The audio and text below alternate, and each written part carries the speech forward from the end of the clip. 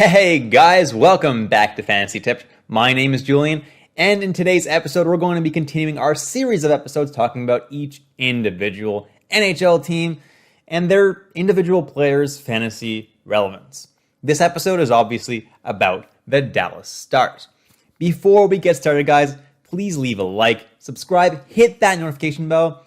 I would really appreciate it, guys. I'm trying to hit 1,000 subscribers this year, and the majority of you guys who watch my videos are not subscribed. So please hit that subscribe button. Would mean the world to me. So let's take a look at what I project Dallas Stars lines to look like this year. Top line, Jason Robertson, Roope Hintz, Joe Pavelski. Second line, Benn, Tyler Seguin, Alexander, Radulov. Third line, Kiviranta, Faksa, Gurianov. On defense, Suter, Heiskanen, Lindell, Klingberg, Sekera, Hakanpaa. And in nets, they have 4 goalies. What the actual F? I don't know. They have Ottinger, Bishop, Hudobin, and Hopi. So these players are ranked in the order that Yahoo has them, their average draft pick. So Roope Hintz, his ADP, his average draft price is about 65.8. So he's being picked around 65th overall. And Roope Hintz had an amazing year last year. He had 43 points in 41 games, missed a few games from injury. He was missing a lot of games. Hopefully he solved that. If he has, he makes for a pretty good pick. If he can actually stay healthy the whole year, he's going to look pretty good alongside Jason Robertson and Joe Pavelski. Should get a lot of power play time too. I don't mind Hintz at this range.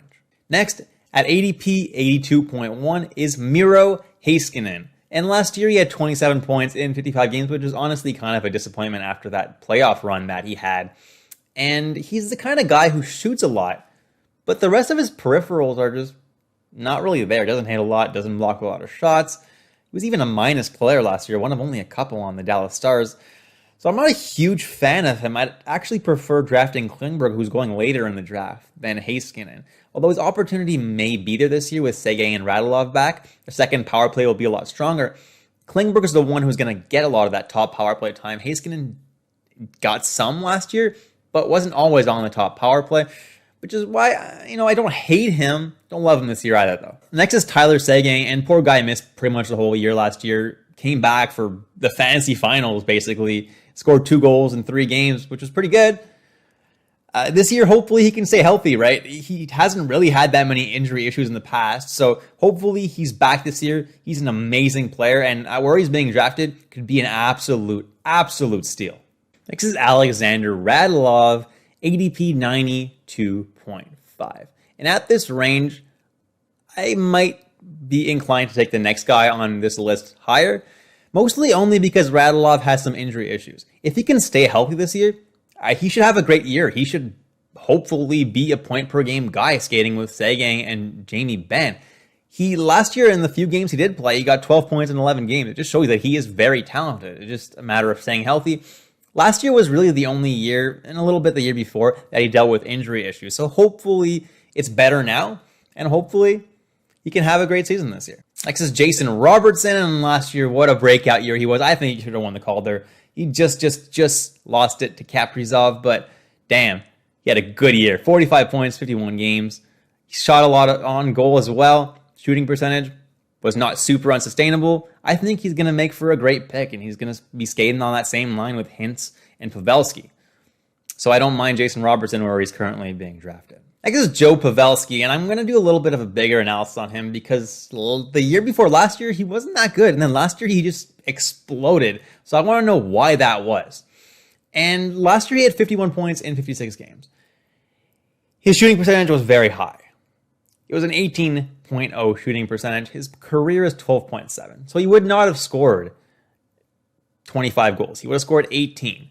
Which would still have been 64 points in 82 games in our normal season, which is still very, very good. The reason he did so well is because he was automatically thrust onto the top line with Seguin and Radulov injured. He was automatically the guy playing with Jason Robertson and Roope Hintz. And there's no way to take him off this line after that chemistry that they built last year. If Bergeron can do it at age 37, why can't Pavelski? I would definitely prioritize the younger guys on his line like Hintz and Robertson. They're going above him, right? So I'd draft them above Pavelski, obviously, but I don't see why he can't have another great season playing alongside them. I do prefer David Perron in Pavelski's range, though. But if Perron gets picked, Pavelski is definitely a good option this year. I don't hate him at all at ADP 101.7. Next is John Klingberg, and at the pace that he was last year, 36 points in 53 games, he would have gotten a 56-point season, which is pretty good. He had the worst plus-minus on Dallas, so just be wary of that. But with the full team back with Seguin, with Radulov back, his plus-minus could go up a little bit. Now, he's going to be the one who's going to be getting the top power play time. That's what happened last year. It wasn't Heiskanen on the top power play. It was either both of them or it was Klingberg. So he should still get the same opportunities and definitely should have a good year. Can definitely have a 50-plus point season, no problem. Next is Jamie Benn. Last year at 35 points in 52 games, which isn't bad. Decent season for Jamie Benn. But his line mates were injured last year. Seguin and Radulov didn't really play. He's only 32. He definitely could be primed for a decent bounce-back season if Seguin and Radulov can stay healthy, which is why I don't mind Jamie Benn at where he's currently being drafted. Not super high on him either, but I don't mind him. Next is Ryan Suter, and last year he wasn't good. Minnesota bought him out. He was so bad last year, and there's no point in drafting this guy. He's going to be the number 3 defenseman on his team, so he's not really going to get that big of an offensive role, I don't think, and just don't bother drafting him. It's not going to be worth it for you. Next is Jani Hakanpaa. Last year he only had 4 points in 57 games, played for a couple of different teams, Anaheim and Carolina. This year he's moved on to Dallas. And why do I like Jani Hakanpaa? Well, I don't in the majority of pools. But if you're in a bangers league, that's when I'll consider him, or even a categories league where you need hits really badly, because the guy hits a crazy amount. He was 3rd in the league in hits last year, and he was 38th in block shots too. So in those 2 categories, he can definitely help you out. And otherwise, offensively, don't expect him to do too much. But if you really need those categories, Hakanpaa can make for a decent pickup. Next is Esa Lindell, 16 points, 56 games last year. Was decent in hits, was decent in block shots. Wasn't that incredible in either category, though. Block shots, he's pretty good. But he's not worth drafting. He's not going to produce for you offensively, and he's not going to do enough in those peripheral categories to really merit a spot on your team. Next, I have Denis Gurianov, who had 30 points in 55 games last year. I don't like him this year, even though he does shoot the puck a lot. He's going to be relegated to the 3rd line this year, assuming everybody stays healthy. It's going to be with Faksa and Kiviranta, which aren't exactly the best line mates in the world, so I don't think he has the biggest opportunity to succeed this year. So I'm staying away from Gurianov this year. Last but not least, we have the absolute crapshoot that is the Dallas Stars goaltenders. And what the hell are they doing? What the actual F are they doing? They have 4 goalies that could potentially be starting goalies. They have Ottinger, who's a young, upcoming goalie, who's probably their future. You have Khudobin, who was their playoff savior 2 years ago. You have Ben Bishop, who's a very good goalie, who just happened to be injured the whole season last year. And they also signed Braden Holtby. So what the hell are they doing? I don't like any of these goalies, and I'm not touching any of them with a 10-foot pole. The only guy that might have some value is Jake Ottinger, because if there's one guy who I see getting the majority of the starts in Dallas, it's Jake Ottinger. I think he could see 50% of the starts. Other than that, what the hell is going to happen with the other 3 goalies?